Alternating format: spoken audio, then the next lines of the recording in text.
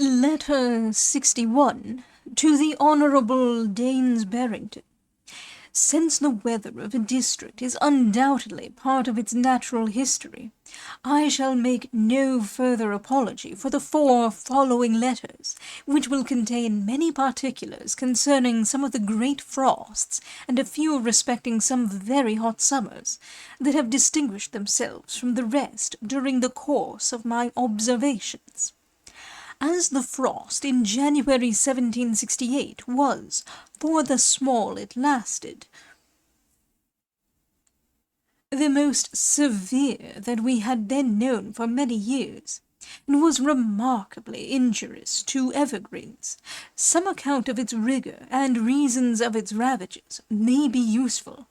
and not unacceptable to persons that delight in planting and ornamenting, and may particularly become a work that professes never to lose sight of utility.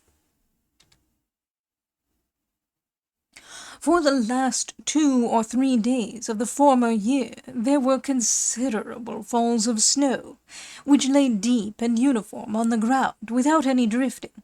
wrapping up the more humble vegetation in perfect security.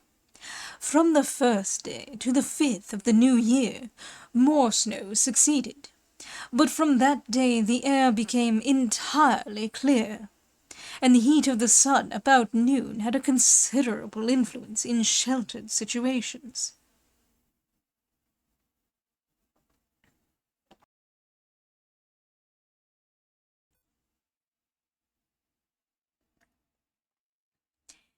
It was in such an aspect that the snow on the author's evergreens was melted every day, and frozen intensely every night, so that the laurustines, bays, laurels, and arbutuses looked in 3 or 4 days as if they had been burnt in the fire, while a neighbour's plantation of the same kind, in a high cold situation, where the snow was never melted at all, remained uninjured.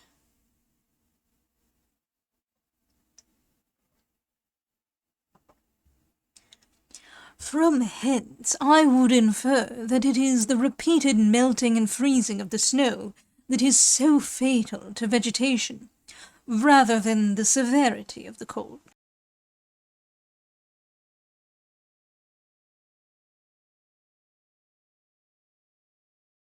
Therefore it highly behooves every planter,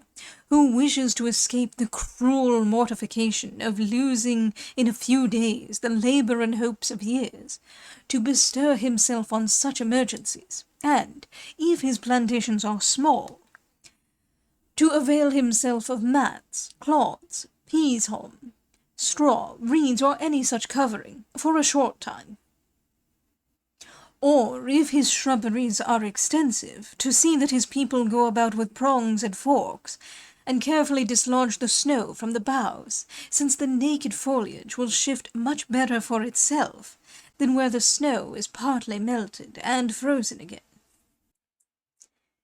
It may perhaps appear at first like a paradox, but doubtless the more tender trees and shrubs should never be planted in hot aspects, not only for the reason assigned above, but also because, thus circumstanced, they are disposed to shoot earlier in the spring and grow on later in the autumn than they would otherwise do, and so are sufferers by lagging or early frosts. For this reason also plants from Siberia will hardly endure our climate, because on the very first advances of spring they shoot away, and so are cut off by the severe nights of March or April.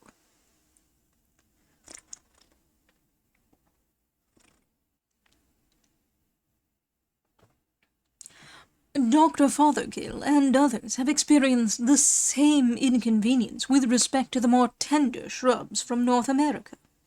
which they therefore plant under north walls. There should also perhaps be a wall to the east to defend them from the piercing blasts from that quarter. This observation might, without any impropriety, be carried into animal life, for discerning bee-masters now find that their hives should not in the winter be exposed to the hot sun, because such unseasonable warmth awakens the inhabitants too early from their slumbers, and, by putting their juices into motion too soon,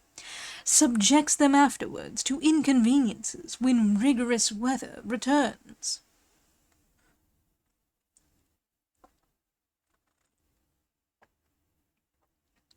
The coincidents attending this short but intense frost were that the horses fell sick with an epidemic distemper, which injured the winds of many and killed some, that colds and coughs were general among the human species, that it froze under people's beds for several nights, that meat was so hard frozen that it could not be spitted, and could not be secured but in cellars, that several redwings and thrushes were killed by the frost, and that the large titmouse continued to pull straw lengthwise from the eaves of thatched houses and barns in a most adroit manner, for a purpose that has been explained already. Footnote. See letter 41 to Mr. Pennant. End note. On the 3rd of January, Benjamin Martin's thermometer within doors, in a close parlour where there was no fire, fell in the night to 20, and on the 4th to 18, and the 7th to 17.5, a degree of cold which the owner never since saw in the same situation, and he regrets much that he was not able at that juncture to attend his instrument abroad. All this time the wind continued north and northeast, and yet on the 8th roost-cocks, which had been silent, began to sound their clarions, and crows to clamour, as prognostic of milder weather, and, moreover, moles began to heave and work, and a manifest thaw took place. From the latter circumstance we may conclude that thaws often originate underground from warm vapours which arise. Else how should subterraneous animals receive such early intimations of their approach? Moreover, we have often observed that cold seems to descend from above, for when a thermometer hangs abroad in a frosty night, the intervention of a cloud shall immediately raise the mercury 10 degrees,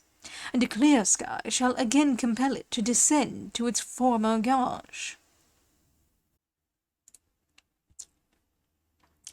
And here it may be proper to observe, on what has been said above, that though frosts advance to their utmost severity by somewhat of a regular gradation, yet thaws do not usually come on by as regular a declension of cold, but often take place immediately from intense freezing,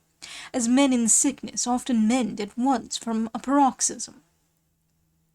To the great credit of Portugal laurels and American junipers, be it remembered that they remained untouched amidst the general havoc.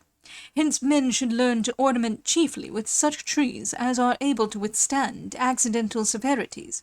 and not subject themselves to the vexation of a loss which may befall them once perhaps in 10 years, yet may hardly be recovered through the whole course of their lives. As it appeared afterwards, the ilexes were much injured, the cypresses were half destroyed, the arbutuses lingered on, but never recovered, and the bays, laurestines, and laurels were killed to the ground, and the very wild hollies, in hot aspects, were so much affected that they cast all their leaves. By the 14th of January, the snow was entirely gone. The turnips emerged not damaged at all, save in sunny places. The wheat looked delicately, and the garden plants were well preserved, for snow is the most kindly mantle that infant vegetation can be wrapped in. Were it not for that friendly meteor, no vegetable life could exist at all in northerly regions. Yet in Sweden, the earth in April is not divested of snow for more than a fortnight, before the face of the country is covered with flowers.